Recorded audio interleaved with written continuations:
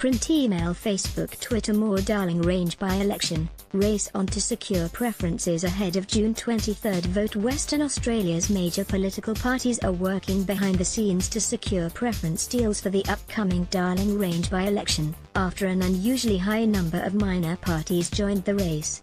The Outer Perth electorate has been forced to the polls around 15 months after Labor's landslide election victory, because of the resignation of disgraced former MP Barry Urban. 11 candidates have been confirmed for the poll, with the Western Australia Party candidate, former newsreader Russell Goodrick, securing the coveted top spot on the ballot paper. The party, which pushes an agenda to secure a better GST share, has been keen to capitalise on the attention surrounding the election, which has so far been dominated by questions over the credentials of candidates.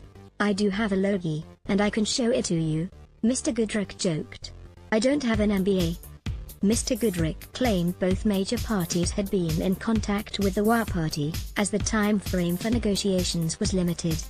"We are after a preference with major parties, for a better share of the GST pie," the party's convener Julie Matheson said. "It's important that it doesn't come as a lemon, with top-ups that we can't use to pay down debt or fund education, health and law enforcement."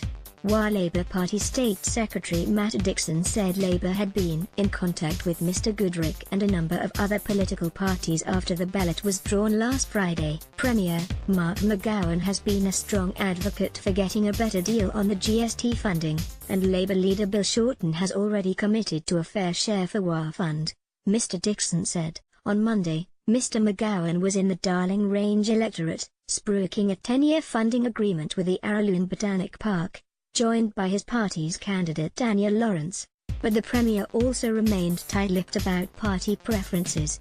"We're very focused on lifting the vote for the Labour candidate because she'll be a great voice in the Labour government," Mr. McGowan said. "That's our main focus when the party undertakes those sorts of discussions and negotiations." The WA Liberals State Director Sam Calabrese said while the party had been in contact with the Western Australia Party, their discussions had not been about a potential preference deal. "The Liberal Party is not negotiating preferences. However, we have had discussions to better understand the views and priorities of candidates to determine our suggested ballot order," Mr. Calabrese said. "Regardless, the scramble to secure preferences will have to be decided and revealed quickly, with early voting for the June 23 poll opening on Wednesday." Print email Facebook